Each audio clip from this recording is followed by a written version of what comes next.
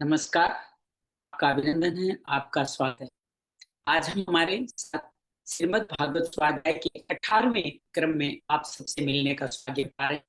अभी मैं हूँ मेरे जन्मभूमि श्री रूरल, जहाँ हमने हमारे प्रिय भ्राता श्री गोपाल, बड़े भ्राता गोपाल जी को आज विदाई दी। आज का जो हमारा ये 12 दिनों का स्वाध्याय था, उन्हीं को समर्पित था। भगवान उनकी पुण्यों को जो सभी सखाओं के साथ अपने छोटों के प्रियतम को मन से एकदम पवित्र शुद्ध आत्मा थे, उनको पूर्ण शांति प्रदान करे, ऐसा हम भाव रखते हैं। आइए मन कर्म वचन से भगवान किसी चरणों में लगते हैं। 4 चक्रों पे नमो भगवते वासुदेव वेखरी वाणी में, अगले 3 चक्रों में मध्यमा में, 2 ऊपर के अज्ञात चक्रों में पश्चिंती वाणी अर्थात स्वयं देखें, मन से उसका उच्चारण नीचे नीचे पानी में स्वतः ही ये आराधन हो जाए तो जीवन बहुत उत्तम हो जाएगा। आइए शुरुआत करते हैं। अर्धनमूलित आंखों से मन वाणी वचन को भगवान के श्री चरणों में लगाते हैं।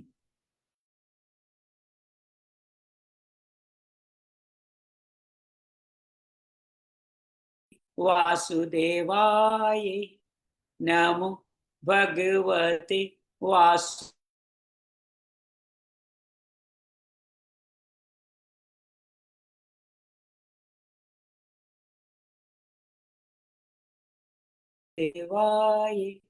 नमो भगवते वासुदेवाय।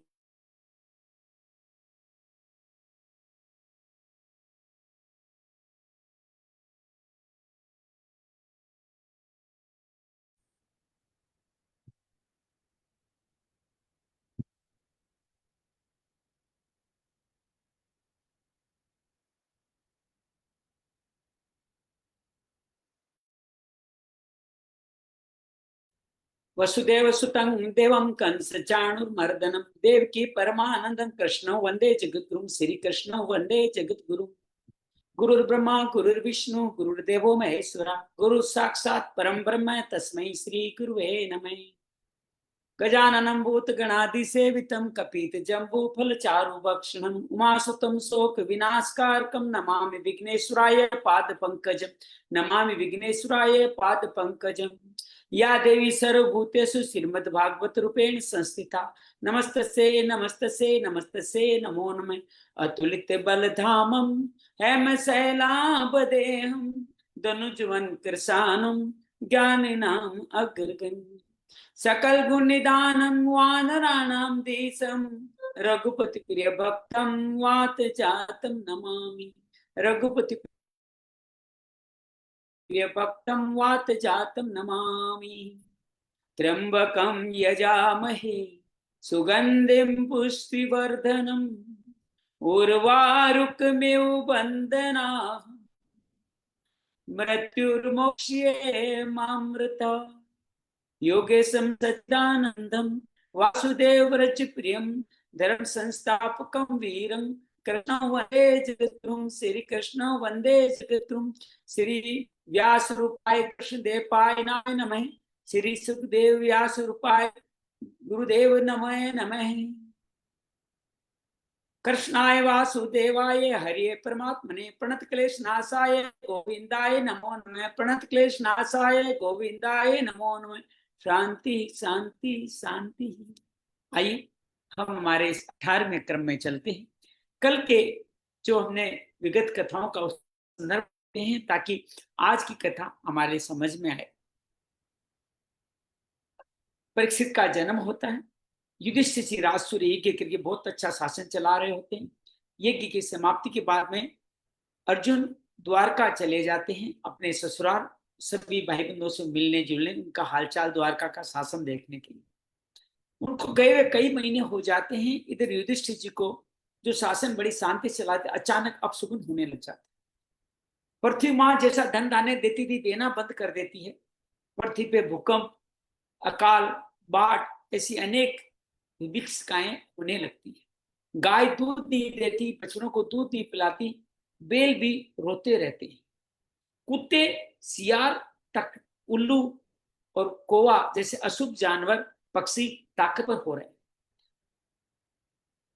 उनको कोई कपटी व्यक्ति ज्यादा सफल हो रहे हैं, जो सत्य पर चलने वाले हैं वो व्यक्ति सब के सब जीवन में समस्या पा रहे हैं। तो ये जीवन का ये कार्य उनके साथ मिलकर हो रहा है, जो बड़ा ही तकलीफ दे हो रहा है। इस सब बात को देखते हुए उनको बड़ा ही तकलीफ हो रही है। तो इन सब बातों के साथ चलते हुए जीवन को कैसे जिए, ये उनके मन में जीवन आता है कि क्या हो रहा है। कुछ जैसे नारद जी कह रहे थे, कुछ काल का गलत समय आ रहा है, क्या वो समय तो नहीं प्रारंभ हो गया। वो सोचते हैं कि नारद जी जिस कलयुग की बात करें वो तो नहीं आ गए, कुछ ना कुछ तो गलत हो रहा है। अर्जुन जहां गया है वहां क्या पता मेरे रिश्तेदार सुरक्षित है कि नहीं, क्या अर्जुन को तो कुछ नहीं हो गया, क्या भगवान श्री कृष्ण को कुछ नहीं हो गया। इतने में अर्जुन आ जाते हैं। अर्जुन का मुंह श्रीहीन कांतिहीन देख करके फिर पूछते हैं, क्या तुमने कोई गलत कार्य कर दिया, अगम्य स्त्री का गमन कर लिया है, क्या तुमने किसी का वादा किया वो निभाया नहीं, क्या हम सब के प्यारे जितने द्वारका रिश्तेदार सब सुरक्षित नहीं है, क्या भगवान कृष्ण इस दिन अपनी लीला समेट के जा चुके हैं। अंतिम बात सुनते ही अर्जुन रो पड़ते हैं और कहते हैं, भगवान श्री कृष्ण ने मुझे ठग लिया है। जो मेरे आन बान शान प्राण धनुर्विद्या का शान थे, जिन्होंने हम सब की हर तरह से रक्षा करी, वो अब हमारे बीच नहीं है। यादव भी अपने आप में लड़ झगड़ के सब शून्य हो गए। और इतना ही नहीं, आते हुए तुमने मुझ जैसे धनुर्धर को, जब 16,000 पत्नियों को मैं लेके आ रहा था, 16,100, तो मेरे को भीलों ने आक्रमण कर, गोपों ने आक्रमण करके मुझसे छीन लिया। इस तरह भगवान ने मुझे ठग लिया, अब हम निस्सहाय हो गए। युद्ध से समझ जाते हैं कलयुग आ चुका है, भगवान जा चुके हैं, अब इस धरती में हमारे जाने का संकेत मिल चुका है। तो भगवान इस तरह से जाने का संकेत जब आ चुका होता है, तो भगवान युधिष्ठिर परीक्षित को अपना राजपाट देकर के स्वर्गारोहण की तैयारी करते हैं। सारे भाई भी साथ चल पड़ते हैं। कुंती कृष्ण चले गए सुनकर के वहीं प्राण त्याग देते हैं। उधर विदुर जी प्रभास आश्रम में प्राण त्याग देते हैं। द्रौपदी भी धीरे धीरे अपने सखा के पास जाने के लिए प्राण त्याग देते। भाई एक एक करके वो स्वर्गारोहण के रास्ते में भगवान के सिर चूर्ण में चले जाते हैं। उनके जातने का तात्पर्य है कलयुग आ गया। राज 16 अध्याय में प्रवेश करते हैं, जहाँ परीक्षित राजा बन चुके हैं और कैसे दिग्विजय करते हैं, वो धर्म और पृथ्वी का क्या संवाद होता है उसमें प्रवेश करते हैं। ओम नमो भगवते वासुदेवाय। अथ षोडशोऽध्याय। सूतवाच तत्परीक्षित दिग्विजय शिक्षा महिमा भागवत ससास है, यथा ही सत्याम अभिजात को विदा समादेश विप्र महत गुण स्थिता। सोनक जी, पांडवों के महाप्रयाण के पश्चात भगवान के परम भक्त राजा परीक्षित शेष ब्राह्मणों की शिक्षा के अनुसार पृथ्वी का शासन करने लगे। उनके जन्म के समय ज्योतिष ने जो कहा था वैसा ही सभी महान गुण उनमें विद्यमान थे। उत्तरस्य तनयामुप्यम इरावतीं जनमे उत्पादय सुतान। उन्होंने उत्तर की पुत्री इरावती से विवाह किया, उसमें जन्म जय आदि 4 पुत्र तुमने किए। यहाँ एक मन में सवाल आपके आज के समाज को देख के आ सकता है, वैज्ञानिक जो कह रहे हैं क्या उससे उल्टा हो रहा था। उत्तर कौन था? उत्तर परीक्षित का मामा था। अपने मामा की बेटी से उन्होंने विवाह किया। एक और उदाहरण देखिएगा, ये सुभद्रा कौन थी? अभिमन्यु के मामा सूरसेन की बेटी थी। अभिमन्यु के मामा जिसको वासुदेव कहते हैं, उनकी बेटी थी। तो वो भी उनके मामा की बेटी थी। ऐसे कई विवाह आपको मामा के बेटी के देखने को मिलेंगे आगे चल के भी। प्रद्युम्न जो अर्जुन की रुक्मिणी के बेटे थे, भगवान की कई रानियां थी, श्री कृष्ण रुक्मिणी के पुत्र थे। उन्होंने अपने मामा जो रुक्मी थे उनकी बेटी से विवाह किया। तो उस जमाने में ये इस तरह के विवाह, अपने मामा की पुत्र से विवाह, शायद सहज माने जाते हैं, उत्तम माने जाते हैं। लेकिन आज के समय में हमारे सनातन धर्म में ये उचित नहीं माने जाते। हर समय काल की अपनी व्यवस्थाएं होती है। कभी अपने सनातन धर्म, अपने वेदों का इसलिए अनादर मत कीजिएगा, देखो वहां ऐसा क्यों हुआ था, उस समय की किस तरह की विधि थी, कैसा सिस्टम था, वो हम नहीं जान सकते। और ये विवाह हुए थे, इसमें कोई असत्य भाषण नहीं। ऐसे विवाह 3 तो मैंने उदाहरण दिए हैं, और भी हो सकते हैं, आप उसमें देखने को आपको मिलेंगे। तो ये सब होता रहा था, लेकिन उसमें उसका क्या कारण था, क्या विधान था और आज ये क्यों नहीं करते, उसके पीछे क्या विधान होगा। समय परिस्थितियां कुछ ना कुछ फर्क जरूर आ गया होगा। कभी संतों से मिलकर के इस बारे में बातचीत करेंगे, तब आपके साथ संवाद करेंगे। तो उन्होंने अभी अपने मामा की बेटी इरावती से विवाह किया और जन्मजय आदि 4 पुत्र हुए। जन्मजय सबसे बड़े पुत्र थे। आजरा अश्वमेधास्तीन गंगाया पुरी दक्षिणाम सार्वतम गुरु कृपा देव यत्राक्षी गोचरा। कृपाचार्य, अब एक और खास बात है, कृपाचार्य पांडवों के आचार्य थे। युधिष्ठिर से पहले भी कौरवों का भी आचार्य थे। बल्कि पांडवों को बचपन जो बच्चे थे तो उनको शिक्षा दी थी। तो कृपाचार्य की उम्र कितनी होगी सोच लीजिए, भीष्म पितामह के आसपास उम्र के रहेंगे। लेकिन कृपाचार्य व्यास की तरह 7 चिरंजीवियों में आते हैं। तो परीक्षित ने कृपाचार्य को अपना आचार्य बनाया। ये मत भूलिएगा, कृपाचार्य द्रोण कौरवों की तरफ से युद्ध लड़े थे और ये जीवित रहे थे अश्वत्थामा के साथ में। उनको आचार्य बनाकर 3 अश्वमेध यज्ञ करे। ब्राह्मणों को पूर्व दक्षिणा दी गई। ब्राह्मण देवताओं ने, कहते देवताओं ने यज्ञ में प्रत्यक्ष रूप से, उस समय जब देवता आहुति देते थे स्वाहा, तो देवी संपदा बढ़ती थी और देवता स्वयं आकर के आहुति ग्रहण करके आशीर्वाद देते थे। ये उस जमाने की यज्ञ की पवित्रता थी जो कलयुग के प्रथम भाग में थे। निजग्राह साविरं कले दिग्विजय कोचि नरपल सिंह धर्म सुधन गौमिथुन पदा। एक बड़ा दिग्विजय, दिग्विजय अर्थात पूरे संसार में उनका राज था। उन्होंने देखा शूद्र के रूप में कलयुग राजा का वेश धारण करके एक गाय और बैल की जोड़े को ठोकरों से मार रहा है। तब उन्होंने से बलपूर्वक पकड़ के उनको दंड दिया कि तुम ऐसा क्यों कर रहे हो। शौनकवाच कस्य है तो निष्क्रा कलिम दिग्विजय निर्देव चिंद्र क्षुद्र कोशो गायम पदा हनत तथा महाभागिति कृष्ण कथा सरिम अवा अथवास्य पदाम्बोजो जंबर कंदली सताम किम निधर साधलार्य सद सद्वे अवयव है।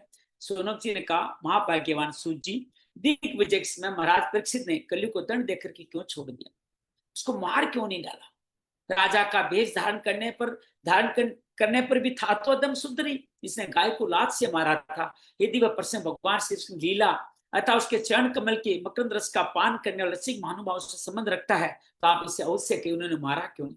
दूसरे व्यर्थ की बातों से क्या लाभ, उनमें तो आयु व्यर्थ नष्ट होती है। एक बड़ी सुंदर बात कही है कि हम व्यर्थ की बातों में अपने जीवन का कितना बड़ा समय निश्चित करते हैं। आज मैं पंडित जी को, जब घर के लोग संकल्प ले रहे थे, मैंने को पंडित जी को एक संकल्प दिलाइए, इनको आप ये संकल्प दिलाइए। आज भाई के पूजन के बाद में, विदाई के बाद सब संकल्प दे रहे थे, पंडित जी को उनको आज एक संकल्प दिखाइए कि सुबह 8 से लेकर रात को 8 बजे तक मोबाइल का प्रयोग नहीं करेंगे। मतलब रात्रि को 8 से सुबह 8 दिन में कर लें, इतनी छूट दे दीजिए, कलयुग है। लेकिन कोई संकल्प लेने को तैयार नहीं। अर्थात हम हमारा समय व्यर्थ की बातों में ज्यादा बिताते हैं। हम प्राथमिकताएं जीवन में दे ही नहीं पाते कि कब कौन सा कार्य करना चाहिए। हम प्राथमिकताएं गलत तय करते हैं और गलत कामों में अपना समय नष्ट करते हैं। इसको व्यर्थ जीना कहते हैं। आज हजारों लोगों को हम ये भागवत के मैसेज भेजते हैं, क्या सभी लोग बहुत जरूरी जीवन का कार्य कर रहे होते हैं? हो सकता है 1-2 कर रहे हो, लेकिन उस कार्य के अनुसार भी प्राथमिकता तय की जा सकती है। जीवन में बहुत सारे कार्य 2 हो सकते हैं। आप मोबाइल पे कोई रील देख सकते हैं, या किससे बातें कर सकते हैं, या व्यर्थ की बातों में चिंता कर सकते हैं, जबकि आपकी चिंताओं का हल हो सकता है इस कथा में। लेकिन हम वहां नहीं जा पाते।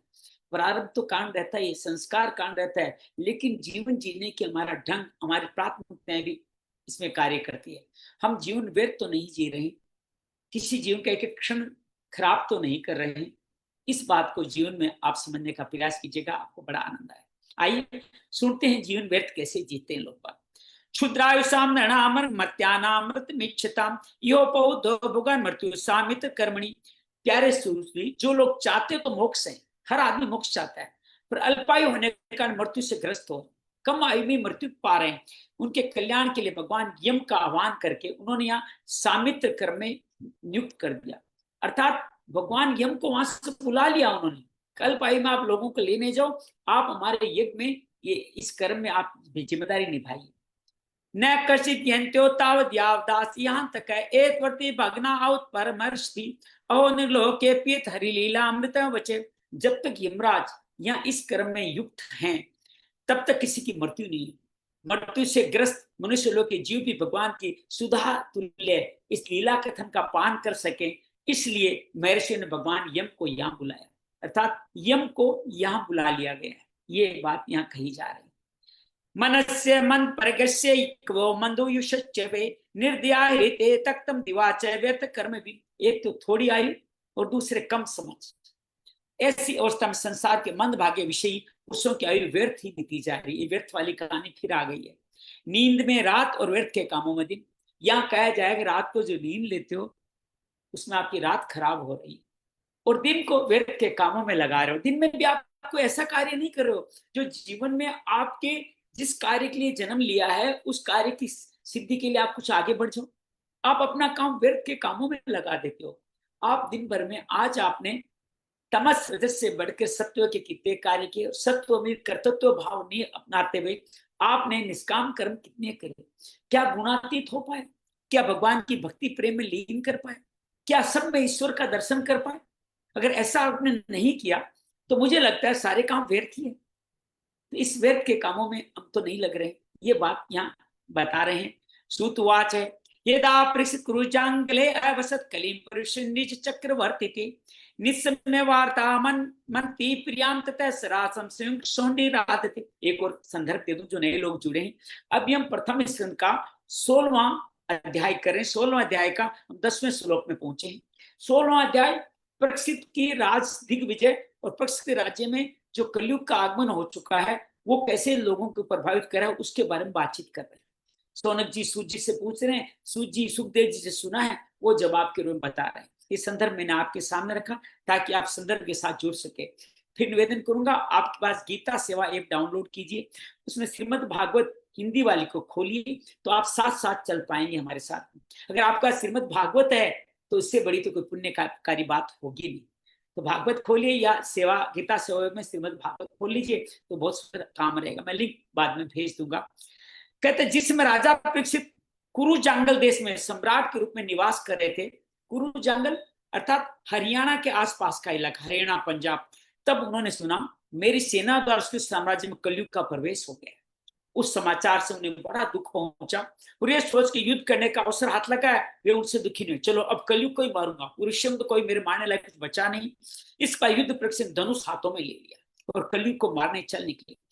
स्वलकृतम श्याम तुरंत अयोचितम रथम मर्गेन्द्र जमासित पुरात वर्तोरतास्वद पपति युक्तिया स्वसैन्या दिग्विजय निर्गत है। वे श्याम वर्ण के घोड़ों से जुते हुए सिंह की ध्वजा वाले सुसज्जित रथ पे सवार को दिग्विजय कर नगर से बाहर निकल पड़े।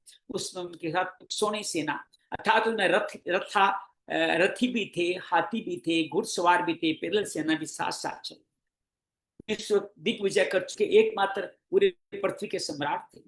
भद्रास के तुमालम च भारतम च उत्तरान कुरुम किम पुरुष दाने वर्षाने विजिते जगरे। उन्हें क्या क्या राज प्राप्त कर लिया। भद्रास के तुमाल भारत उत्तर कुरु किम पुरुष ये सभी वर्ष के भारत वर्ष है। उसी तरह ये अन्य भारत के भूभाग थे। इनका विभाजन कब हुआ था ये आगे चल के इस कथा में सुनेंगे कि कैसे 7 पुत्र हुए थे भरत जी के आगे और उन्होंने इसको 7 भागों में पृथ्वी को 7 द्वीपों में बांट दिया था। इन 7 द्वीपों पे अर्थात पूरे विश्व पे उन्होंने राज किया। सबसे मुलाकात राजाओं ने उनको सम्मान किया, अपने का शासन स्वीकार करते उपहार भी दिए उनको। ये दिग्विजय परीक्षित की कहानी है। तत्र तत्र परस्वान सर्वेषु महात्मानां प्रियगमाणां चैस कृष्णा महात्म्य सूचकम।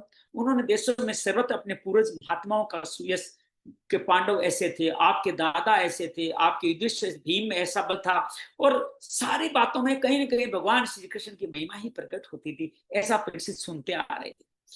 आत्मानं च परिहितात अश्वत्थामो स्वतेज सहस्रम वर्षिणी पार्थम तेसाम भक्ति च कैसी। साथ में ये भी सुनने को मिलता था भगवान श्री कृष्ण ने अश्वत्थामा के ब्रह्मास्त्र से आपकी रक्षा की थी। युद्धों से पांडवों में कितना प्रेम था तथा पांडवों की भगवान श्री कृष्ण में कितनी भक्ति थी। देखो आपके जीवन में कैसे दोस्त हैं उसके आधार पर आपका सम्मान या अपमान दोनों में कुछ भी हो सकता है। पांडवों के दोस्त श्री कृष्ण थे तो पांडवों के पुत्र को भी सम्मान मिल रहा है। अगर पांडवों के दोस्त गलत व्यक्ति होते क्या उनके पुत्र को सम्मान मिल पाता? तो आप अपने दोस्त को संभालिएगा, देखिएगा आपके दोस्त कैसे हैं, उसके आधार पर जीवन में आपको सम्मान या अपमान का सामना करना पड़ सकता है। ये बात आज का सूत्र है, ध्यान रखिएगा। तेभ्यं परम संस्कृत प्रीतिजों वित्तलोचने मादनानि वांसासि तदोहारान मामनम जो लोग उनको चरित्र सुनाते थे, राजा पृथ्वी और प्रसन्न हो जाते कि मेरे परिवार की प्रशंसा हो रही है। वे बड़ी उदारता से उनको बहुमूल्य वस्त्र, मणियों के हार उपहार में दे देते कि देखो मेरे कृष्ण जी की सब प्रशंसा कर रहे हैं। सारथ्य पार्षद सेवन सख्य दोत्य विरासना अनुगमन स्तवन प्रणामान स्निग्धेषु पांडवसु गत प्रणीत्यम विष्णु भक्तिम करोति नृपति शरणार विंदे। ये सुनते ही भगवान श्री कृष्ण ने प्रेम बरस पांडवों के सारथी का काम किया, उनके सभासद बने, उनके मन के अनुसार काम कर उनकी सेवा की, सखा बने, दूत बने, रात को शस्त्र ज्ञान के लिए वीरासन में बैठ जाते थे, शिव का पहरा देते थे, उनके पीछे पीछे चलते, स्तुति करते, प्रणाम करते। इतना ही नहीं, अपने प्रेमी पांडवों के चरणों में सारे जगत को झुका दिया। तब प्रकृति भक्ति भगवान श्री के चरण कमलों में और बढ़ जाती। लेकिन मैं यहाँ बताऊं, कृष्ण जी सियाने बहुत थे। वो कोई बिना मतलब से पांडवों की सेवा नहीं कर रहे थे। उनको पृथ्वी का भार उतारना था। उनको पता था पांडवों कौरवों का युद्ध में बहुत बड़ा भार उतर जाएगा, इसलिए कृष्ण जी अपना कार्य कर रहे थे। इस माने पांडवों की मदद भी हो गई, पांडव अपने आप को गौरवान्वित मान रहे हैं। ऐसा हमारे साथ जीवन में भी कभी कभी घटने वाला है। जब भगवान के काम में हम लग जाएंगे तो भगवान हमारी बहुत तारीफ होने वाली है। लेकिन भगवान का काम तो भगवान का है, भगवान के काम में लगेंगे तो भगवान का भला होने वाला है। लेकिन हमारे को प्रसाद के रूप में बहुत अच्छी ख्याति मिलने वाली है। तस्य वर्तमानस्य पूर्वेषां प्रति मन वहम नातिद्रुम किलाश्च यदासी तन्नी बोधमि। इस प्रकार दिन दिन पांडवों के आचरण का अनुसरण करते हुए दिग्विजय कर रहे थे। उन्हीं दिनों के शिविर से थोड़ी दूर एक आश्चर्यजनक घटना घटी, वह मैं आपको सुनाता हूँ। यही कलयुग का आपको प्रवेश सुनाई देगा। धर्मपद गेंचन विचाम्या उपलब्ध गम प्रचति साम स्वरूपना व्यवस्थात्मीव मात्रम। धर्म बेल का रूप धारण करके, लेकिन कैसा बेल? चार पैरों पर नहीं खड़े, सिर्फ एक पैर पे खड़े। और एक स्थान पर गाय भी गाय के रूप में पृथ्वी मिली। पुत्र की मृत्यु से दुखिनी माता के समान उसके नेत्रों से आंसुओं के झरने झर रहे थे। उसका शरीर श्रीहीन हो गया। धर्म पृथ्वी से पूछने लगा, बेल पृथ्वी मां से पूछ रहा है। धर्म उवाच कचित भद्रे अनामेन स्वा आत्मनस्ते विछायसी मलयातन सन्मुखेन। आपका मुख मलिन क्यों हो रहा है? आलक से बहुती मंत्रादिम दूरे बंधु सोचती कंचना वह। हे कल्याणी, हे मां, कुशल से तो हो, आपका मुख मलिन लग रहा है, आप श्रीहीन है। मालूम होता है आपके हृदय में कोई कोई दुख अवश्य है। क्या तुम्हारा कोई सिगा संबंधी दूर देश में चला गया जिसकी तुम इतनी चिंता कर रहे हो? पोर्धुने सोच सी मेघपात मातन वर्षे लोभ अक्षरमाणम आसुराद ने हत्या भागम प्रज्ञा से वास्त थी। कहीं तुम मेरी चिंता तो नहीं कर रही कि मेरे 3 पैर टूट गए, एक ही पैर क्या रह गया? संभव है तुम अपने लिए शोक करियो, अब शुद्ध तुम्हारे ऊपर शासन करेंगे। तुम्हें देवताओं के लिए भी खेद हो सकता है जिन्होंने यज्ञों में आहुति नहीं दी जाती, अर्थात उनकी प्रजा के लिए जो वर्षा न होने का अकाल दुर्भिक्ष से पीड़ित हो रही है। कि आपकी प्रजा काल है, कहीं बाढ़ है, इससे पीड़ित है, इसलिए तो आप दुखी नहीं हो। याद रखिए, सारी घटनाएं युधिष्ठिर जी अपशकुन के रूप में देख चुके थे। उन्हीं घटनाओं को जिक्र यहाँ धर्म पृथ्वी से कर रहा है। आक्षमान आश्रम उर्वी बालान शोचिस्य पुरुषा देवीर्वार्तानाम वाचम देवी ब्रह्म कुले कुक्रम ब्रह्मणे राजा कुले प्राग्यम। देवी, क्या तुम राक्षस शरीर के मनुष्य के द्वारा सताई गई स्त्रियों आर्त बालकों के लिए शोक कर रही? अर्थात राक्षस वहां पे एकाधिकार जमाते जा रहे थे। संभव है विद्या कुकर्णी ब्राह्मणों के चंगुल में पड़ गए, अर्थात ब्राह्मण भी अब शुद्ध नहीं रह पाएंगे। ब्राह्मण विप्रद्रोही राजाओं की सेवा करने लगे हैं। इसी का तुम्हें दुख तो नहीं है कि ब्राह्मण भी जो ब्राह्मणों के दुश्मन है उन राजाओं की सेवा कर रहे हैं? किम क्षत्र बंधुन कालीनो प्रसृष्टान राष्ट्राणि वा भैरवतो पितानि तस्तो वासन पान वास स्नान व्यो यान मुखम जीवलोकम। आज के नाम मात्र के राजा 16 आने कलयुगी हो गए। ये बात कब की है? आज से 5000 साल पहले की। और आज अब तक क्या हो गया होगा सोच लीजिए। अब ट्रंप और अगर नेतन्याहू और सब लोग कुछ कर रहे हैं तो सोच लीजिए कोई ज्यादा गलत नहीं कर रहे हैं। उस समय भी ऐसे राजा हो गए थे, उन्होंने बड़े बड़े देशों को उजाड़ डाला है। आज भी तो यही हो रहा है, ईरान उजड़ जो गया है। क्या तुम राजाओं और देशों के लिए शोक कर रहे हो? आज की जगह खान पान, वस्त्र स्नान, स्त्री सहवास आदि में शास्त्रीय नियमों का पालन नहीं किया जाता। क्या कहाँ खा दिया? खान पान में शुद्ध खान पान नहीं रहा, वस्त्र उचित नहीं पहन रहे हैं, स्नान आदि का पूरा पालन नहीं किया जाता है, और जो स्त्री के साथ व्यवहार है उसमें भी शास्त्रीय नियम का पालन नहीं किया है। स्वेच्छाचार, सिर्फ संतान उत्पत्ति के लिए संपर्क करना और अन्य कालों में संपर्क नहीं करना। क्या इसके लिए तुम दुखी हो? ऐसा कुछ हो रहा है? अब तो पता नहीं कहाँ कहाँ क्या क्या हो रहा है। यद्दान्ते भूरि ब्रावतार कथावतार हरे थो धीरात्रि अंतरित स्मृति विश्वकर्मा निर्वेण विलंबांतनी। हे पृथ्वी, समझ आया हो न हो, तुम्हें भगवान श्री कृष्ण की याद आ रही होगी कि उन्होंने तुम्हारा भार उतारने के लिए तो अवतार लिया था, ऐसी लीलाएं की थी जो मोक्ष, जिससे मोक्ष भी मिलता हो। अब उनके लिए लीला समर अर्थात धरती से चले गए, उनके परित्याग से तो तुम दुखी हो रही हो। यह एक बड़ी खास बात है। अभी भगवान गए हुए 100 साल भी नहीं है। भगवान कहते थे मैं धर्म की संस्थापना करके गया हूं, तो 100 साल में अधर्म आ गया। सोचिए भगवान ने कितना कुछ किया, वो 100 साल में ही वो सब कुछ जीरो। हम सोच, भगवान का 100 साल में जीरो हो जाता है, तो हम कल कोई पुण्य काम करें, वो कितने दिन तक टिकने वाला है। हमें निरंतर इन्हीं कामों में लगे रहना। ये कर लिया अब हमें नहीं करना पड़ेगा, मैंने इतनी भागवत सुन ली, अब में तो मेरा कल्याण हो जाएगा। लेकिन ऐसा भाव रखना फल की इच्छा है, और ये कल्याणकारी तो कतई नहीं है।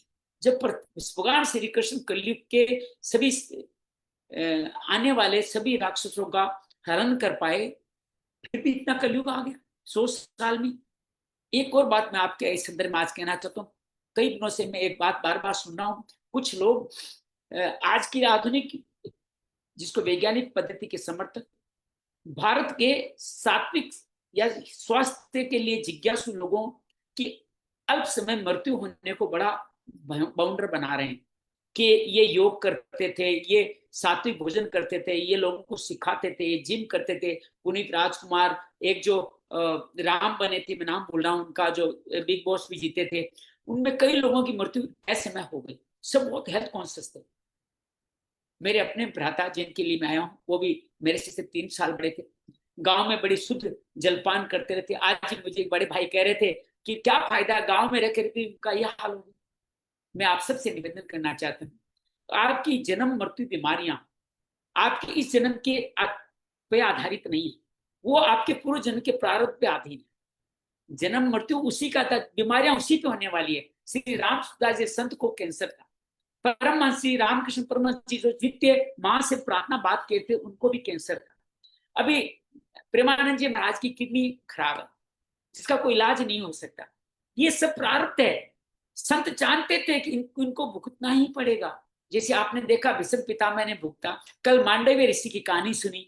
अपने संचित कर्म का प्रारब्ध बन के जब आएगा तो उनका भुगतान करना ही पड़ेगा। उसका आज के जीवन से कोई रिश्ता नहीं। आप अगर अभी जीवन सात्विक जी रहे हैं, तो आपका अगले जन्म में आपका प्रारब्ध सुंदर बन के आएगा। तो ये जीवन में ये लोग जो बहकाते हैं ना कि साहब वो मर गए, तुम अच्छा जीवन जी के क्या करो, अच्छे खाओ पियो मौज करो। अरे भाई, वो जन्म तो खराब है तो खराब ही रहेगा। अच्छा करो बुरा करो, लेकिन अगला जन्म भी खराब हो जाएगा अगर आपने जीवन उचित नहीं जिया तो। मैं इस पे अलग से भी वीडियो बनाऊंगा। लेकिन विश्वास कीजिए, लोगों को बेकारने की ये सारी स्कीम दवाई कंपनियां और आधुनिक जो लोगों खान पान में ढकेलना चाहती है, वो अपनाती। तो यहाँ बार बार कहा जाता है कि इस तरह से तो नहीं घटना हो गई है क्या? अब उनके लीला स्मरण करने पर क्या परित्याग से तुम दुखी तो नहीं हो रही हो?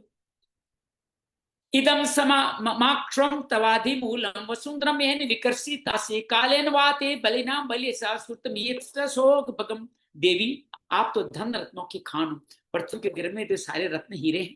तुम अपने क्लेश का कारण, जिसमें तुम क्या है इतनी दबली हो गई हो, मुझे बतलाओ। मालूम होता है बड़े बड़े बलवानों को हरा देने वाले काल देवताओं ने द्वारा वंदनीय तुम्हारे सौभाग्य को छीन लिया। धरण्युवाच, धरण्यु कहते, धरणी कहते हैं पृथ्वी को, पृथ्वी बोल रही है।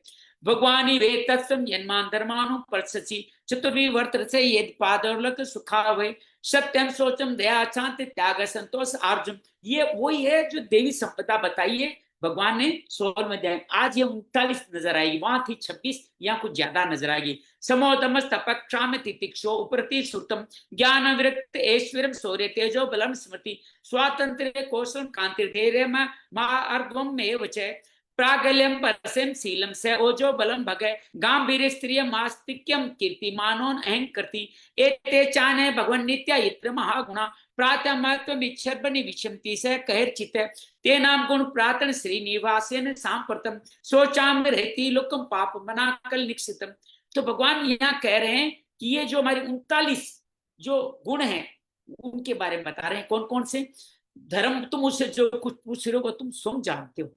जिन भगवान के सारे तुम सारे संसार को सुख पहुंचाने वाले, जब तुम्हारे चारों चरण से युक्त थे, जिन चारों चरण से होने पे क्या था तुम्हारे पास? सत्य, पवित्रता, दया, क्षमा, ये चार पैर बताए जाते हैं। लेकिन साथ में इनके और क्या क्या मिलते हैं? त्याग, संतोष, सरलता, सम, दम, तप, समता, तितिक्षा अर्थात सहनशीलता, उपरति अर्थात भोगों की तरफ रति नहीं होना, जाते नहीं हो, शास्त्र विचार, ज्ञान, वैराग्य, ऐश्वर्य, वीरता, तेज, बल, स्मृति, स्वतंत्रता, कौशल, कांति, धैर्य, कोमलता, निर्भीकता, विनय, शील, साहस, उत्साह, बल, सौभाग्य, गंभीरता, स्थिरता, आस्तिकता, कीर्ति, गौरव और निरहंकार। ये 39 अप्राकृत गुण, ये हर आदमी में नहीं मिलते, जो कमाते उन्हीं को मिलते हैं। तथा महत्वाकांक्षी पुरुषों के द्वारा वांछनीय शरणागत वसला, जो शरणागत है उनकी रक्षा करना, और भी बहुत से महान लोगों की सेवा करने के लिए नित्य निवास करते हैं, एक क्षण के भी उनसे अलग नहीं होते, जिनके चार पैर होते हैं। कौन से? तप, सत्य, दया और क्षमा। इन्हीं समस्त गुणों के आश्रय सुंदरता भगवान श्री कृष्ण अपनी लीला समर कर लिए हैं। ये संसार पाप में कलयुग की कुदृष्टि का शिकार हो गया, यही देखकर मुझे बड़ा शौक हो। तो वो कह रहे तेरे एक पैर हो गया और भगवान चले गए, इसलिए सब कुछ हुआ। ये सारे सात्विक गुण खत्म हो रहे हैं। 39 जोगी ने 40वां शरणागत वत्सलता भी खत्म होती जा रही। आत्मानं च अनुशोचमि भवन्तं च अमरोत्तमं देवान् प्रतनसि सर्वान् साधुन् वर्णास्ता आश्रमम्। अपने लिए देवताओं में श्रेष्ठ तुम्हारे लिए देवता, पितर, ऋषि, साधु, समस्त गुणों आश्रम मनुष्यों के लिए मैं सोग्रस्त हूँ। कि मैं अपने लिए नहीं हो रहे, तुम्हारे लिए देवता, पितर, ऋषि, साधु, समस्त वर्ण आश्रमों के मनुष्यों के लिए मैं सोग्रस्त हो रही हूँ। ब्रह्मादयो भवति तम यत् पांग मोक्ष कामास्त संसरण भगवत परपन्नाः शास्त्री स्वाम समरी बदहन व्याय यत् पात शोभगलम मजे अनुरक्त भजते अनुरक्ता तस्यामज कुलीसां कुस्केतु केते श्रीमत पदे भर्गवत समलांकृतांगी त्रिनियत रोचपालभे ततो विभूति लोकान स मां विशुद्ध दुस्मनी तदंते। जिनका कृपा कटाक्ष एक बड़ा सुंदर शब्द है। जिनकी कृपा आपके ऊपर मेहर बन के बरसने लग जाए, उसको कृपा कटाक्ष कहते हैं। प्राप्त करने के ब्रह्मा आदि देवता भगवान के शरणागत होकर बहुत तपस्या करते रहे। वही लक्ष्मी जी अपने निवास स्थान कमल वन का परित्याग करने के लिए बड़े प्रेम से जिनके चरण कमल का सेवन करती है, उन्हीं भगवान के कमल, वज्र, अंकुश, ध्वजा आदि चिन्हों से, श्री चरणों से विभूषित होने का मुझे महान वैभव प्राप्त हुआ। पृथ्वी पे भगवान के 4 चरण है। कौन से? भगवान के कमल, वज्र, अंकुश, ध्वजा। मेरी तीनों लोगों बढ़कर शोभा हुई थी, परंतु अब मेरे सौभाग्य का अंत हो गया। भगवान ने मुझे अभागी को छोड़ दिया। मालूम होता है मुझे अपने सौभाग्य पे गर्व हो गया, इसलिए मुझे दंड दिया। ये बातें आपको कुछ कुछ युधिष्ठिर के शोक जैसी लगेगी। युधिष्ठिर को जो अनुभव हो गया था कि पृथ्वी पे कुछ उल्टा सीधा हो रहा है, वही महापृथ्वी दोबारा बता रही है कि यह गलत हो रहा है भगवान के जाते। यो में ममावीत भरमासुर वंश राजा मक्षोणी सतमया तु नंदात्म तंत्र तुम दुष्मन पदत्तात्मानि पौरुषेण संपदाय निदुस्तस्मै विमृतम गमः। तुम अपने 3 चरणों के कम हो जाने से मन ही मन कुट रहे हो। अब दोनों आपस में व्यंग्य कर रहे हैं अपने पर, कौन? धर्म और पृथ्वी। अतः अपने पुरुषार्थ से तो अपने अंदर पुनः सब अंगों से पूर्ण स्वस्थ कर देने के लिए व्यत्यंत रमणीय श्याम सुंदर हिंदू वंश से प्रकट हुए और मेरे बड़े भाई भार को जो असुर वंशी राजाओं की सैकड़ों अक्षोणी सुना। याद कीजिए जरासंध की 17 बार 23 अक्षोणी सेना को मारा, काल्यवन की सेना को मारा, कौरवों की सेना को मारा और पता नहीं कितने साल्य वगैरह कितने ही दुष्टों को मार दिया, क्योंकि वो परम स्वतंत्र थे। कावासे दिवितम पुरुषोत्तमस्य प्रेमावलोक रुचिर स्मित वज गुल्पे स्थैर्यम समान मरण अंधमानी तानम रोमोस्वमम ये देव की विंतिंग किंतायः। जिन्होंने अपनी प्रेम भरी चित्तन, मनोहर मुस्कान, मीठी मीठी बातों से सत्यभामा आदि अपनी पत्नियों के मान के साथ धीरज को भी छीन लिया था जिनके चरण कमलों स्पर्श में निरंतर आनंद से पुलकित रहती थी, वो पुरुषोत्तम भगवान श्री कृष्ण विरह कौन सह सकता है। तत्तयोर्यं कथित पृथ्वी धर्म योस्तता प्रक्षिणाम राशि प्राप्त प्राची सरस्वती। धर्म और पृथ्वी इस प्रकार आपस में संवाद बातचीत कर ही रहे थे। उसी समय राशि प्रक्षित इस पूर्व वाहिनी, पूर्व की तरफ बहने वाली सरस्वती के तट पर आप पहुंचे। आप एक भारत के नक्शे में आप गौर करके देखेंगे तो अधिकांश नदियां हैं जो पूर्व की ओर ही बहती है, पश्चिम की तरफ सिर्फ नर्मदा नदी बहती है, बाकी सब नदियां पूर्व की तरफ ही बहती है। ये बात ध्यान रखिएगा। इति श्रीमद्भागवते महापुराण परमहंस्यां संहितां प्रथम स्कंदे पृथ्वी धर्म संवादो नाम 16 अध्याय। श्री कृष्णार्पणमस्तु। कृष्णाय वासुदेवाय हरिये परमात्मने प्रणत क्लेश नाशाय गोविंदाय नमो नमः। प्रणत क्लेश नाशाय गोविंदाय नमो नमः। लगभग हमारे पास आधे घंटा है, हम एक अध्याय और करने का प्रयास करते हैं क्योंकि आज कलयुग का दमन होने वाला है। ओम नमो भगवते वासुदेवाय। अथ सप्तदशोऽध्याय प्रथम स्कंद है। सूत उवाच तत्र गोमिथुनं राजा हनुमान नाथवत दंडस्तम चैवर ददर्शेन प्लाक्षणम। सोनक जी वहां राजा ने देखा कि एक राजवेशधारी शूद्र हाथ में डंडा लिए हुए है और गाय के बेल के इस जोड़े को इस तरह पीट रहा है जैसे उनका स्वामी ही नहीं हो। कौन है गाय? गाय पृथ्वी है और बेल क्या है? धर्म है। वर्षमणाल धवलम मयंतनि विव्यतम वेशमान पदेकिन सीदतम शुद्ध ताड़ितम। वह कमल तंतु के समान श्वेत रंग का बेल एक पैर से खड़ा कांप रहा है। धर्म कांप रहा है कलयुग में और शूद्र की ताड़ना से पीड़ित और भयभीत होकर मूत्र त्याग कर रहा है। वहां पे उसका मूत्र त्याग हो रहा है। गाम च धर्म दुदादिना भूषण शूद्र पदा हताम विभत्साम सा सुहृदनाम क्षामायवश्ची नीक्षतिम। धर्म उपयोगी दूध घी आदि आवश्यक पदार्थ देने वाली वो गाय बार बार शूद्र की पैरों की ठोकर खा रही, दीन हो रही। एक तो स्वयं दुबली पतली थी, दूसरी उसका बछड़ा भी उसके पास नहीं था। माँ का बछड़ा नहीं होता है तो माँ की शक्ति ऐसे भी आधी हो जाती है। उसे भूख लगी हुई होगी, उसकी आंखों में आंसू बहते जा रहे। यह प्रचरतामार कार्तश्री स्वर परिच्छदम मेघ गंभीरिया वाचा सामर कार मुख। सर्वन जति रथ पर चढ़े हुए राजा परीक्षित ने अपना धनुष चढ़ाकर मेघ के समान गंभीर वाणी से ललकारा। किसे? उस शूद्र वेशधारी राजा को जो कलयुग था। कत्सुतम क्षणे लोके बलावृत से बलान बलो नर नर देव सो वैसे नत्वर कर्मा अद्विजय। अरे तू कौन है? बलवान होकर के मेरे राज्य में दुर्लभ प्राणी को बलपूर्वक मार रहा है। तुझे नट की भांति वेश तो राजा का बना रखा है, लेकिन कर्म से तो शूद्र जान पड़ता है। अर्थात गाय बैल को मारना शूद्र का कार्य, ये बात ध्यान रखिएगा। ऐसा सम कृष्ण गते दूरम स गांडवीन धर्मना सोचो सच सोचा रसी प्रण बधर्म हर्षि। हमारे दादा अर्जुन के साथ भगवान श्री कृष्ण परम धाम निर्वाण जाने पर इसका निर्जन स्थान पर निरपराधों का प्रहार करने वाला तो अपराधी वध के योग्य है, ऐसा परीक्षित कहते हैं, जो दिग्विजय कर चुके पूरे विश्व के मालिक है। तुम तो मनाल धवलया पादेणुपदाचन वर्ष रूपेण कीकर्षित देवों ने परिखेदियन। उन्होंने धर्म से पूछा, कमल नाल के समान आपका श्वेत वर्ण है, तीन पैर न होने पर भी आप एक पैर से चलते फिरते हैं, ये देख मुझे बड़ा कष्ट हो रहा है। बताइए आप क्या बेल रूप में कोई देवता है? न जातु पौर्वेन्द्राम दौड़ दंडे परिरिंभते भूतले अनुपस्थे नस्मिन् विना विनाते प्राणी नाम सुचय। अब ये भूमंडल कुरुवंशी नरपतियों के बाहुबल सुरक्षित है, इसमें आपके साथ किसी प्राणी की आंखों में शोक के आंसू बहते मैंने नहीं देखी। ऐसा राजा को प्रजा के दर्द कष्ट बहुत कम दिखाई देते, वो ऊपर ऊपर देखता है, नीचे कभी देख ही नहीं पाता। मैं सौरभ्यानुष्ठो वेतुते वृषलाभयं मारो दीपे भ्रमते भद्रमते खलाना मई शास्त्री। धर्म धेनुपुत्र, अब आप शोक न करें, इस शूद्र से निर्भय हो जाए। गो माता में दुष्टों को दंड देने वाला, अब आप रोए नहीं, आपका भी कल्याण हो। यस्य राष्ट्र प्रजा सर्वात्मनस्ते सवेसा साधव्य साधु भी तस्य मतस्य नस्य कीर्ति रारिभिर्गो गति। देवी, जिस राजा के राज्य दुष्टों के उपद्रव सारी प्रजा तरस देती है, उस मत वाले राजा की कीर्ति आयु ऐश्वर्य और परलोक नष्ट हो जाते हैं। एसम राज्ञाम प्रो धर्मो यातनामर्ति निग्रह अन्यवधिष्याय भूतद्रय मत सत्मम। राजाओं का परम धर्म यही है कि वे दुखियों का दुख दूर करें। वह महादुष्ट प्राणियों को पीड़ित करने वाला है, दुखों को पीड़ित करने वाला है।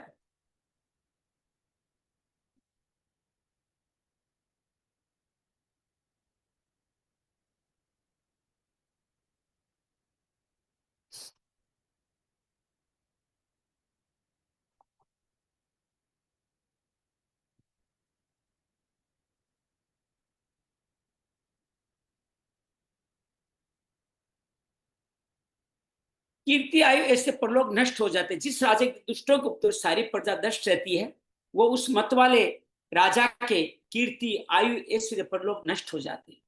एसम राज्ञाम प्रो धर्मो यानामार्ति निग्रह अत एन वदेश्य भूत दुरमत सत्वम। राजाओं का परम धर्म यही है कि दुखियों का दुख दूर करे। ये महादुष्ट प्राणियों को पीड़ित करने वाला, मैं अभी इसे मार डालूंगा। कोश्रत तत्व पादास्तिनी सौरभे चतुष्पद मामुत स्वादसा राष्ट्रीय राज्ञाम कृष्णा अनुवर्तिताम सुरभिनंदन। आप तो 4 पैर वाले जीव है, आपके 3 पैर किसने डाल डाले? सिर्फ अनुयायी राजाओं के राज्य में कभी भी कोई इस तरह से दुखी नहीं हुए। आख्यामि भरतम व साधु नाम कथा कसाम आत्मवेर्युपकर्ता पार्था नाम किति दुष्म वर्षभ आपका कल्याण हो। बताइए, आप जैसे निरपराध साधुओं का अंग भंग करके किस दुष्ट ने पांडव कीर्ति में कलंक लगाया है? जने अनागमश्य युजन सरतोष्य मत भयम साधु नाम भद्रमय शाद। साधु मने करते जो किसी निरपराध प्राणी को सताता है, उसे चाहे कहीं भी रहे, मेरा भय अवश्य होगा। दुष्टों का दमन करने साधुओं का कल्याण ही होता है। अनागे स्वयं मूर्तेषु नगास कनिर अंकुश आर्तास्नि भुजम साक्षात धर्मेत्यापि सांगतम। मैं जो उदंड व्यक्ति निरपराध प्राणियों को दुख देता है, वह चाहे देवता ही क्यों न हो, मैं उसको बाजू से भुजा को काट डालूंगा, ऐसा परीक्षित प्रण करते। राज्यो ही परमोदन स्वधर्मस्थानं पालनम शास्त्रो अन्यान्विता शास्त्र शस्त्राम नद्योपथानीय। बिना आपत्ति काल के सर्व मर्यादा का उल्लंघन करने वालों को शास्त्र दंड देते हुए अपने धर्म में स्थित लोगों का पालन करना राजाओं का परम धर्म। धर्म वाच है, अब धर्म कुछ कह रहा है।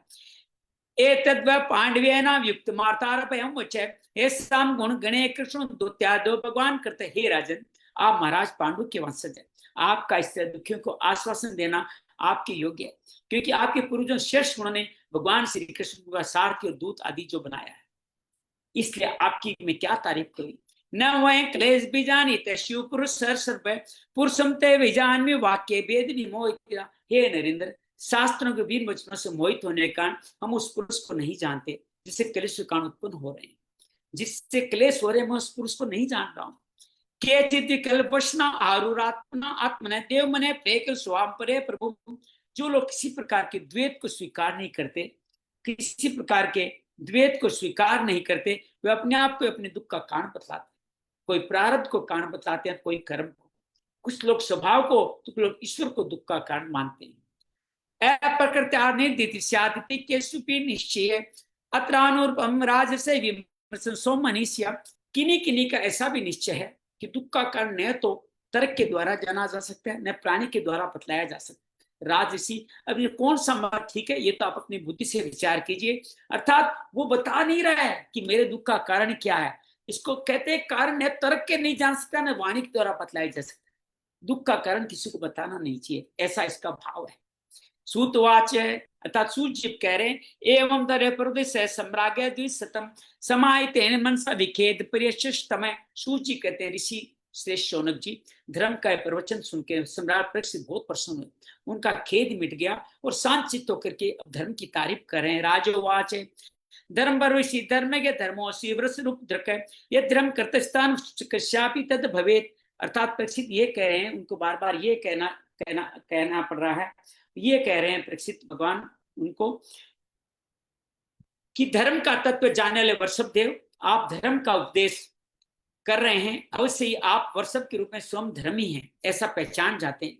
अपने आप को दुख देने का नाम इसलिए नहीं बताया कि अधर्म करने वाले को नरक आदि प्राप्त होते हैं, वे ही चुगली करने वाले को मिलते हैं। अर्थात किसी का आप चुगली कर रहे हो तो आपको अधर्म करने के बराबर ही दंड मिलता है, इसलिए आप उनके बारे में कुछ कह नहीं रहे। अथवा देव माया नूनम गतिर गोचरा चेतोपश्चापि भूतानामिति निश्चित है। अथवा यही सिद्धांत निश्चित है, प्राणी के मन और वाणी से परमेश्वर की माया के स्वरूप का निरूपण नहीं किया जा सकता। जो कुछ हो रहा है, ये कलयुग आना भी तो भगवान की माया है। भगवान ने एक सिस्टम बना रखा है कि आप जब 8,64,000 वर्ष द्वापर के खत्म कर देंगे तो कलयुग आएगा ही आएगा। ये भगवान की माया है, इसलिए आप माया का विरोध नहीं करना चाहते, इसलिए किसी को दोष नहीं दे रहे हैं कि आप हमारे जीवन में जो भी समस्याएं आती है ना, वो भगवान की माया, भगवान की इच्छा के अनुकूल, इच्छा के कारण ही आती है। फिर उसका विरोध क्यों करें? भगवान के दुख को, प्रारब्ध को स्वीकार क्यों न करें? यही जीवन जीने का तरीका हुआ जा सकता है। अब 4 पैर कौन से वो बता रहे हैं। तपन सोचम दया सत्य मिति प्रदा करते कृपा अधर्मा सत्यो भगना समय संगम देस्तु धर्म दे। सत्युग में आपके 4 चरण कौन कौन से? तप, पवित्रता, दया और सत्य। सत्य खत्म हुआ, तप उड़ गया, अब कोई तप नहीं करता। पवित्रता रहेगी, दया और सत्य रहा। त्रेता में पवित्रता अर्थात मर्यादा राम जी के साथ चली गई, फिर दया और सत्य रह गया। द्वापर में लोग दूसरों को दया करते थे, लेकिन जरासंध जैसे लोग आ गए, कौरव आ गए, तो दया भी पीछे छूट गई। अब आप सिर्फ सत्य के एक पैर में हो। इन चारों के साथ क्यों चले गए? अधर्म के अंश गर्व, गर्व के कारण तप चला गया। जब आपको तप करते हो, उस पर घमंड करते हो, मैंने इतना बड़ा उपवास किया है, मैं इतनी बड़ी साधना करता हूं, तो ये क्या गर्व, गर्व आपके तप को समाप्त करता है। बहुत गूढ़ बात है, समझने का प्रयास कीजिएगा। और इसमें अधर्म के अंश गर्व, और दूसरा क्या, आसक्ति। जब आसक्ति होती है तो आपकी क्या जाते, पवित्रता चली जाती। जब आप कामना में आसक्त होते हो तो पवित्र नहीं रहते, फिर आप अशुद्ध भोजन, असत्य इंद्रियों के द्वारा अशुद्ध कार्य करते हो। और जब मद अर्थात नशा कुछ ऐसा कर लेते हो, तो फिर आप दया भी नहीं करते, फिर आप निरंकुश हो जाते। इससे 3 चरण आपके नष्ट हो गए। इदानी धर्मपाद सत्यम निवर्तते ततः तम जिज्ञुसत धर्मो अत्मनित्य देति कली। अब आपका चौथा चरण केवल सत्य ही बच रहा है, इसी के बल पर आप जी रहे हैं। असत्य से पुष्ट हुआ ये अधर्म रूपी कलयुग उसे भी ग्रास कर लेना चाहता है। असत्य ही कलयुग का मुख्य शक्ति है, वो आपको ग्रास कर लेना चाहता है। इम च भूवर्गवता न्यासितो तुर्बरा सती सिरमजदि भस्मत पत्यान्यासे सर्वतकृत कौतुका। ये गौ माता साक्षात पृथ्वी है, भगवान ने इनका भारी बोझ उतार दिया, और ये उनके राशि राशि सौंदर्य बिखेरने वाले चरण चिन्हों से सर्वत उत्सवमयी हो गई थी। कब हुई थी? जब भगवान ने सारा पृथ्वी का बोझ उतारा था। याद कीजिएगा, भगवान का आगे जन्म आएगा, वहां पृथ्वी माँ का भार उतारने के लिए भगवान ने जन्म लिया था। सोच्यत्यश्रु कला साधि दुर्भाग्य विजिति अताधुना अब्रह्मण्या नव्या शुद्रा बोक्षति शामिति। अब ये उनसे बिछुड़ गई है, भगवान से बिछुड़ गई है। ये साध्वी अभागिनी के समान नेत्रों में आंसू बरस रहे हैं, और चिंता के राजा का संवाद बनाकर ब्राह्मण द्वय शुद्ध मुझे भोगेंगे। ये पृथ्वी चिंता होती है, अगर राजा सही नहीं है तो सबसे ज्यादा चिंता पृथ्वी होता है कि हम सब पृथ्वी की संतान है, उनको भी कष्ट होगा, तो हमसे ज्यादा हमारी माँ पृथ्वी को कष्ट होगा। इति ब्रह्मणि चैव शांतित्वा महारथ निषाद मदिते खंकलिये अधर्म हित्वे। महाराज अपने स्वधर्म और पृथ्वी को सांत्वना दी, फिर अधर्म के कारण कलयुग को मारने के लिए एक बड़ी तेज तलवार उठा ली। तम, क्या कलयुग मर जाएगा? आइए समझते हैं। तम जिगा सुमृपिते विहाय नृपलांछनम तत्पाद मूलम सीधा संगात भय विवल। कलयुग ताड़ गया कि अब मुझे मार डालेंगे। अतः झटपट उसने क्या किया, अपने राजा के सारे जो भेष बना रखा था वो सब उड़ा दिया, और उनके चरणों में सर झुका के लेट गया। कलयुग में लोग मतलब निकालने के लिए कार्य करने वाले हैं आपके साथ। पतितम पादियो वृक्ष कृपया दीन मत्सल शरण्यो नावधिक चुड़क आम वेदन शनि। परीक्षित बड़े यशस्वी, दीन मत्सल और शरणागत रख सकते। उन्होंने जब कलयुग को अपने पैरों पर पड़े देखा तो कृपा कर उसको मारा नहीं, अपितु हंसते उससे कहा। अब ये प्रारंभ की कहानी लेके जाइए। सोनक जी सूजी से ये पूछ रहे हैं परीक्षित ने मारा क्यों नहीं, तो हम यहाँ उस जगह पे आ चुके हैं, क्यों परीक्षित ने उन पर दया की। ये कलयुग आता ही नहीं तो हम सबका कल्याण हो जाता ना। लेकिन राजोवाच है, राजा ने क्या कहा सुनते हैं।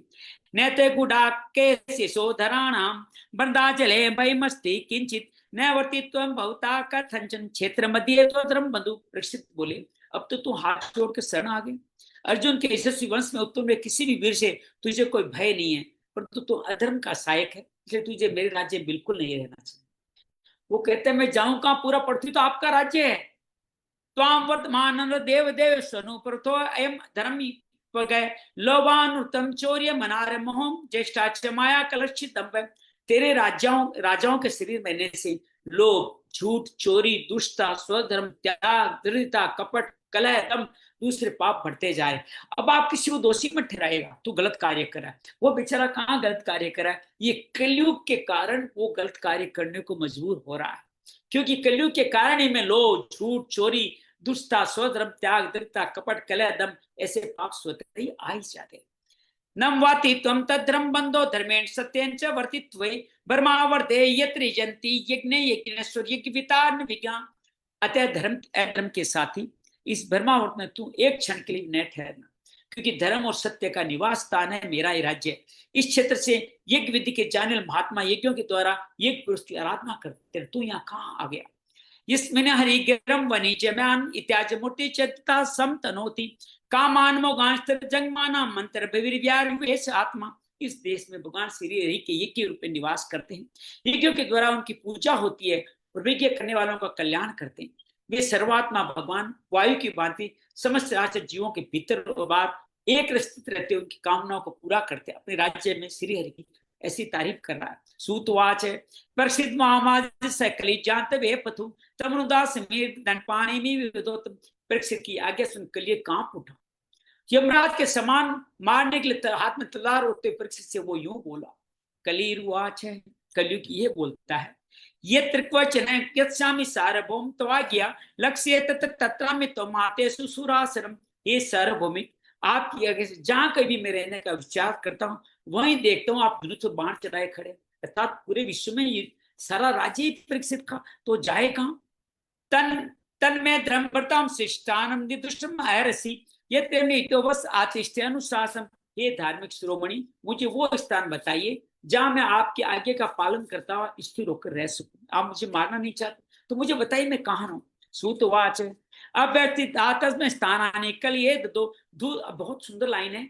दूतम पानम स्त्रिय सुनाम यत्रा धर्म चतुर्विदय। सूर्य जी कहते हैं कलयुग ने जब ऐसी प्रार्थना करी तो रजिस्ट ने उसको 4 स्थान दिए। कौन कौन से 4 स्थान? ध्रुत अर्थात जुआ, मद्यपान अर्थात शराब पीना, स्त्री संग अर्थात व्यभिचार में संलग्न होना और हिंसा किसी को मारना।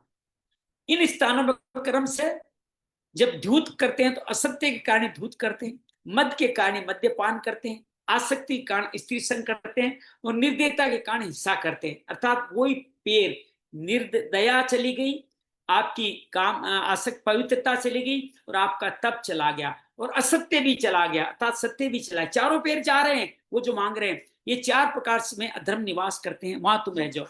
अब कलयुग क्या कहता है वो सुनिएगा। पुनर्स्य याचिमान जातुरुमदात प्रभुतनोनुत्तमदम कामम रजोवेरम च पंचमम। कलयुग ने कहा आपके राज्य में तो न तो कोई शराब पीता है, न कोई हिंसा करता है, न कोई जुआ खेलता है और न कोई पर स्त्री गमन करता है। मैं अब जाऊं कहां? आपके राज्य में तो कोई जगह ही नहीं बची। मुझे कम से कम एक स्थान और दीजिए। उसके ऐसा मांगने उन्होंने उसके कहते संत कहते हैं उनके जो मुकुट था ना वो सोने का था, उसकी तो बार बार उसकी निगाहें जा रही थी। जब आप किसी कुछ मांगते हो ना तो अपनी निगाहें उस चीज पर रखो जो चाहते हो। जानने वाले को देने वाले को संकेत मिल जाएगा, पर संकेत मिल गया। उन्होंने 5 चीज को सोना दे दिया। अब यहाँ बड़ी एक विवाद बात है जो आपके साथ कहना चाहता हूँ। आपने गीता पढ़ी हो तो 11वें अध्याय में और यहाँ आगे उद्धव गीता में भी आएगा 11वें स्कंद में कि स्वर्ण में भगवान का वास है, धातुओं में स्वर्ण भगवान है। अब धातुओं में स्वर्ण का वास है, स्वर्ण में ही कलयुग है। तो अब कलयुग समझे या स्वर्ण समझे? तो यूं समझिए अनिति से कमाया हुआ अगर आपका स्वर्ण है तो उसमें कलयुग है, और आपने धर्म से अगर सोना कमा रखा है तो उसमें भगवान का निवास है। यूं समझ लीजिएगा। इस प्रकार कलयुग के 5 स्थान हो, कौन से? झूठ, असत्य, मद, काम, वेर और रजोगुण। झूठ, मद, काम, वेर और रजोगुण ये 5 स्थान किसी हो गए? कलयुग के, जिसको आप यूं कह सकते हो जुआ, शराब, व्यभिचार, हिंसा और अनित्य से कमाया हुआ सोना, चोरी कह सकते हो, चोरी कह सकते हो उसको। अमृति पंचतान धर्म प्रभु कली ओत्रेन दत्तानी निवसेतनी देश के प्रतिदिन 5 स्थान में अधर्म का मूल कारण कली उनकी आज्ञाओं का पालन करते हुए निवास करने लग गया।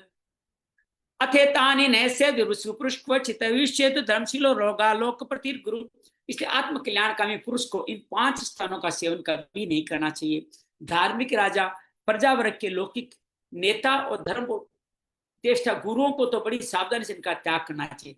जो आज के नेता है या जो धर्म को चलाने वाले हैं उनको तो इन चीजों में नहीं चलना चाहिए। हमारे संत जी कहते हैं कि आज के हमारे संत भी मठों की इस मठाधीश बनकर के कहीं न कहीं धन संपत्ति के मोह में चले गए।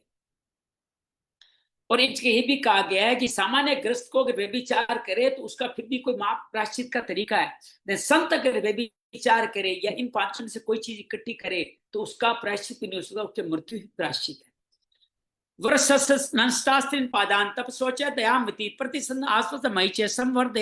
राजा परीक्षित ने जो बेल जो एक पैर पे खड़ा था उसको 3 जन तपस्या सोच दया उसके जोड़ दिए और आश्वासन देकर पृथ्वी का भी संवर्धन कर दिया, उसको भी बहुत बड़ा आश्वासन दिया। सहम आसनम पृथ्वी पितामह नवोपस्थम राजा ने विवक्षिता। राजा परीक्षित में अपने राज सिंहासन पितामह महाराज युधिष्ठिर ने वन जाते में समय दिया था उसी पे विराजमान है। ये कथा कहने को तो बाद में कही जा रही है लेकिन कहते हैं कि राजा परीक्षित हमेशा से ही विद्यमान है। भारत के अंतिम बड़े राजा थे। जन्म जी अपने पुत्र में भी राजा ही निवास कर रहे हैं, इसलिए इसको वर्तमान में कहा गया है परीक्षित राज कर रहे हैं, कि अभी कहानी आगे आने वाली है। अभी परीक्षित का राज चल रहा है। कहानी हालांकि भविष्य में कही जा रही है, लेकिन भविष्य में वर्तमान बताया जा रहा है कि राजा अभी राज कर रहा है। आस्ते दुनास राज कौरविंद्रेशियो अलसन गजावे महाभावक चक्रवर्ती वृक्ष। ये परम चक्रवर्ती महाराजा परीक्षित इस समय हस्तिनापुर में कौरव कुल के राज रक्ष में शोभायमान है। इत्याभ्यास तान्भाव एवं भीम अभिनव सुतो नृप यश्यपाल सत्राय दीक्षिता। अभिनव नंदन राजा परीक्षित वास्तव में ऐसे ही प्रभावशाली है, जिनके शासन काल में आप लोग दीर्घकालीन यज्ञ के लिए दीक्षित हुए। इस 43 से 45 श्लोक तक महाराजा परीक्षित का वर्तमान के समान वर्णन किया गया है। वर्तमान सामीप्य वर्तमान बदा इस पानी सूत्र के अनुसार वर्तमान के निकटवर्ती भूत और भविष्य के लिए भी वर्तमान का प्रयोग किया जा सकता है। जगत गुरु श्री वल्लभाचार्य महाराज ने भी अपनी टीका में ही लिखा है, राजा परीक्षित की मृत्यु हो गई थी, फिर उनकी कीर्ति और प्रभाव वर्तमान के समान विद्यमान है। आप ऐसा काम करें, अगर आपकी कीर्ति जीवित है तो आप जीवित रहे। आज मैंने हमारे माता जी को, पिताजी को और जीवन में जितने संत आए हैं, स्वामी रामतीर्थ जी को, सबको याद करते रहते। उनकी कीर्ति जीवित है तो मरे कहाँ है। आपने एक अच्छा काम किया है तो आप हमेशा जीवित रहेंगे। तो इस तरह से उनको अत्यंत श्रद्धा उत्पन्न करने के लिए उनकी दूरियां मिटा दी गई है। उन्हें भगवान का सायुज्य प्राप्त हो गया था। भगवान के साथ एक कोख में जो रहे थे, सूर्य जी को अपने सम्मुख ही वो दिख रहे हैं। और इस तरह से न केवल उन्हीं को बल्कि सबको इसकी उनकी बात की प्रतीति हो रही है। एक और बात है, आत्मा वे जायते पुत्र है। इस श्रुति के अनुसार जन्म जय के रूप में भी वही परीक्षित राज सिंहासन बैठे, मतलब आपके पुत्र के रूप में आप ही होते। आप अगर पुत्रों को अच्छे संस्कार देते हैं तो आपका गौरव बढ़ता है। पुत्रों को आपने कुछ संस्कार दिए हैं तो पुत्र का कोई दोष नहीं है, उसमें भी लोग आपको ही देखेंगे।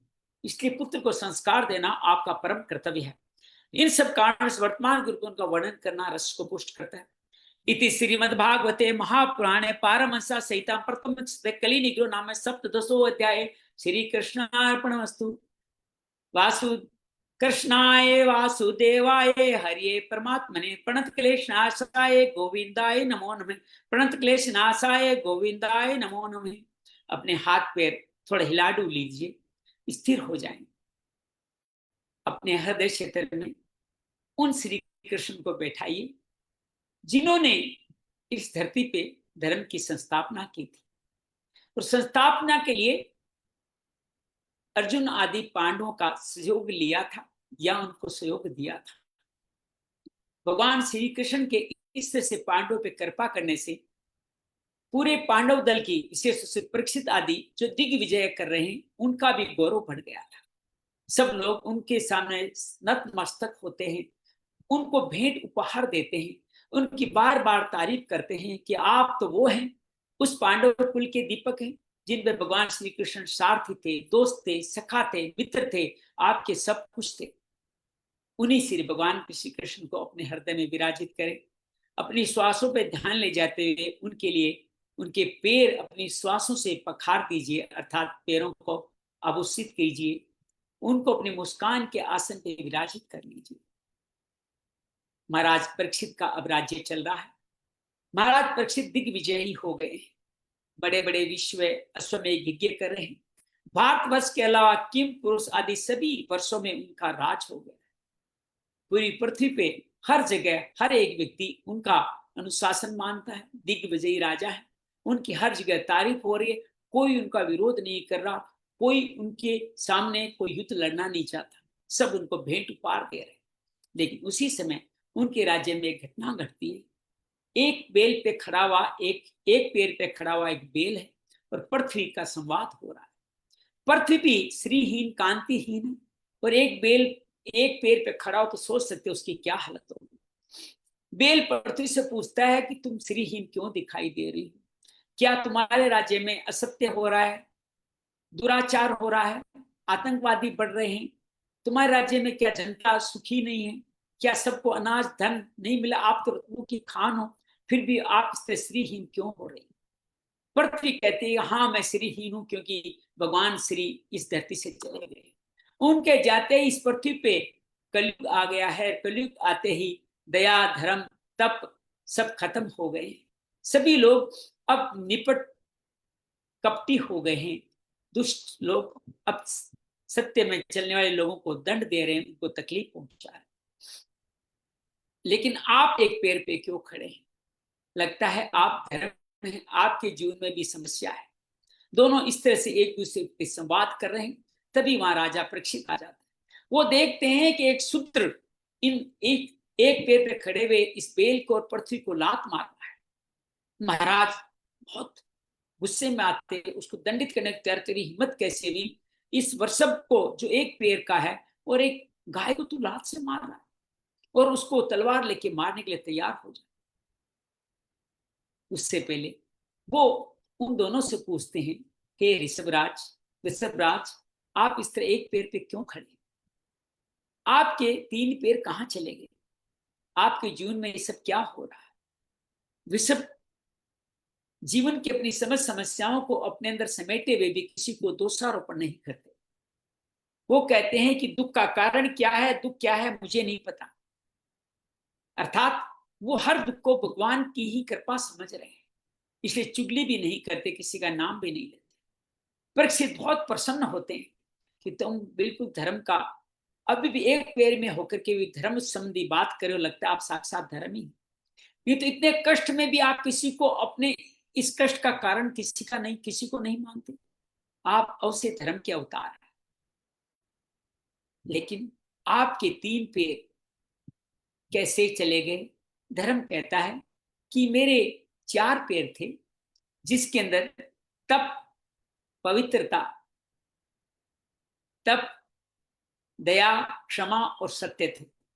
लेकिन धीरे धीरे सत्युग में चार पैर था, सत्युग में धीरे धीरे सत्युग संपूर्ण होते होते इस तप के साथ कहीं न कहीं पवित्रता, अपवित्रता जुड़ गई और तप जाता रहा। त्रेता युग में मर्यादा धीरे धीरे जाती रही। मर्यादा के कारण आप जीवन में आप हमारा दूसरा जो पैर था वो भी जाता रहा। द्वापर में तीसरा पैर भी दया का चला गया, और अब चौथा पैर सत्य के आधार पर मैं ये जीवन जी रहा हूं। लेकिन पता नहीं इस कलयुग का असर अब मेरे पे कैसा पड़ेगा। लगता है मुझे अब ये पैर भी शायद नहीं रहने वाला है। महाराज कहते हैं, पृथ्वी दोनों को विश्वास दिलाते हैं कि मेरे राज्य में आपके साथ ऐसा कतई नहीं होने वाला। मैं पांडव वंश का वंशज हूँ, जिन्होंने धरती पर धर्म की संस्थापना करी थी। मेरे परदादा स्वयं धर्मराज थे, मैं आपको कष्ट नहीं होने दूंगा। और वो तलवार से उस कलयुग को मारने की तो उद्यत होते हैं। कलयुग तुरंत अपना राजा का भेष हटा करके उनके चरणों में गिर के क्षमा याचना करता है कि हे राजन, मैं कहाँ गलत हूँ? मैं जैसा मुझे जीवन मिला है उसके हिसाब से भगवान की माया के अनुसार मैं कार्य कर रहा हूँ। आप बताइए मैं कहाँ जाऊं? तो तू कहीं चला जा, मेरे राज्य में नहीं रह सकता। कलयुग कहता है कि पूरे विश्व में आपका ही राज्य है, मैं जहां भी जाऊं आप मुझे तलवार खड़े हुए मारते हुए दिखाई दे रहे हैं, मैं कहाँ जाऊं, मुझे स्थान बता दीजिए। राजा समझ जाते हैं कि मेरी समझ पड़ती मेरा राज्य है, तो उनको चार स्थान देते हैं। याद रखिए ये चार स्थान आज भी कलयुग के ही माने जाएंगे, जिसमें धूत अर्थात जुआ, दूसरा मद्यपान अर्थात शराब का सेवन, तीसरा व्यभिचार अर्थात परस्त्री गमन, चौथा है हिंसा अर्थात मांस भक्षण करना या किसी को मारना। इन चार स्थानों पर रह सकते हो। कलयुग फिर प्रार्थना करता है, आपके राज्य में तो न तो कोई शराब पीता है, न व्यभिचार करता है, न हिंसा करता है, तो मैं कहाँ जाके रहूं? हमारे लिए तो कोई स्थान नहीं बेचा, मुझे कम से कम एक स्थान और दीजिए। और ये देखता देखता उनके सोने से मंडित मुकुट की ओर देख रहा है, और राजा उसका इशारा समझ के उसको स्वर्ण दे देते हैं, अर्थात गलत नीति से, चोरी आदि से कमाया स्वर्ण में भी तुम रह सकते हो। अब वो बड़ा प्रसन्न है कि पांच चीजें मुझे रहने को हो गई। असत्य भी उसके अंदर आ गया, कामना भी आ गया, आसक्ति भी आ गई, और साथ में हिंसा भी, निर्दयता भी आ गई। जहां भी ये पांचों भाव कहीं होंगे वहां पे मैं विद्यमान रहूंगा। इस तरह भगवान उनको पांच स्थान देते हैं। उधर इधर परीक्षित जी तीन पैर उनके जोड़ देते हैं, अर्थात अपने राज्य में दोबारा तप का, दया का, क्षमा का प्रभाव बढ़ाते हैं। पृथ्वी को भी हर दुख दूर के संवर्धन करते हैं। और यहीं पे ये अध्याय संपूर्ण होता है। क्या कलयुग शांत रहेगा? क्या कलयुग आगे बढ़ के कुछ और करने वाला है। क्या कलयुग जिसने उसको बचाया सबसे पहले उसी पे परीक्षित पे आक्रमण करेगा? ये हम प्रथम स्कंद के जो 2 हमारे अध्याय बचे हुए हैं उनमें कल देखेंगे। श्रीमन नारायण नारायण नारायण, भजमन नारायण नारायण नारायण, श्री परीक्षित नारायण नारायण नारायण, सत्य धर्म तपा तप आदि देवी संपदा नारायण नारायण नारायण, श्री धर्म वर्षभ नारायण नारायण नारायण, श्री गो माता पृथ्वी माता नारायण नारायण नारायण, श्री कलयुग नारायण नारायण नारायण, श्री परीक्षित नारायण नारायण नारायण, श्री द्यूत नारायण नारायण नारायण, श्री मद्यपान नारायण नारायण नारायण, श्री व्यभिचार नारायण नारायण नारायण, हिंसा नारायण नारायण नारायण, श्री शरण चौर्य चौर्य शरण नारायण नारायण नारायण, धर्म की संवर्धन नारायण नारायण नारायण, तप नारायण दया नारायण क्षमा नारायण, सत्य नारायण नारायण नारायण, पृथ्वी मां संवर्धन नारायण नारायण नारायण, योगेशम सचिदानंदम वासुदेव रचिप्रियम, धर्म संस्थापकम वीरं कृष्णं वंदे जगद्गुरु, श्री कृष्ण वंदे जगद्गुरु, श्री कृष्णार्पणमस्तु। कृष्णाय वासुदेवाय हरिये परमात्मने, प्रणत क्लेशनाशाय गोविंदाय नमो नमः, प्रणत क्लेशनाशाय गोविंदाय नमो नमः। शांति शांति शांति। आभार। उम्मीद है आपको आज का हमारा ये बात समझ में होगा। यहाँ थोड़ी सिग्नल की हल्की सी समस्या रहती है क्योंकि यहाँ मुझे वाईफाई नहीं है, मैं हॉटस्पॉट से काम करता हूँ। कभी हो सकता है आवाज आपको कभी मंद नजर आ सकती है। मुझे लगता है कि आप हमारा क्रम जारी रखने के लिए हमारा साथ दे रहे हैं, मैं आपका अत्यंत आभारी हूँ। तो आज कलयुग की शुरुआत हो गई। धर्म के 4 पैर में से 1 पैर बचे, कारण कलयुग था, और परीक्षित जी ने उसको 3 पैर प्रदान कर दिए, कलयुग को 5 स्थान दे दिए। अब क्या घटना घटेगी ये कल हम 18वें अध्याय में देखेंगे तो बड़ा अद्भुत होगा। कैसे सबसे पहले कलयुग परीक्षित को अपना शिकार बना, तो ये बात हम कल देखने वाले हैं। आप सबने सुना, आपके मन में कोई भाव हो आज के प्रति, आज के इस दृष्टांत के प्रति, आभा सीतांजलि आप अपने भाव कह सकते हैं। कल हम सुबह 8:30 बजे मिलेंगे, दिल्ली पहुंच जाएंगे तो 8:30 बजे 9:30 का समय अब लगातार हमारा यही बना रहेगा। हमारा बाहर का जो चाइना या गांव का आने जाने क्रम था वो कल संपूर्ण हो जाएगा। कल 8:30 बजे हम सब लोग इस 2 अध्याय जो बचे हैं, हो सकता है बड़े अध्याय कल एक ही अध्याय कर पाए, तो 2 दिनों में प्रथम स्कंद संपूर्ण करेंगे। तो कल हमारे इस अध्याय में 19वें क्रम में आप अवश्य पधारिएगा। मन में आप कोई भाव हो, कुछ कहना चाहते हो तो आपका स्वागत है। हम 10-1 मिनट ज्यादा हुए, 4-5 मिनट लेट शुरू हुए थे। बस आपका बहुत बहुत धन्यवाद, बहुत बहुत आभार। मंगल हो मंगल हो मंगल हो। वैसे मैं पूरा विवरण अच्छा भेज रहा हूँ ना, कभी ग्रुप में लिख दिया करें कि आप अच्छा कार्य कर रहे हैं तो मैं मुझे अच्छा लगे। बहुत बहुत धन्यवाद, बहुत बहुत आभार। मंगल हो।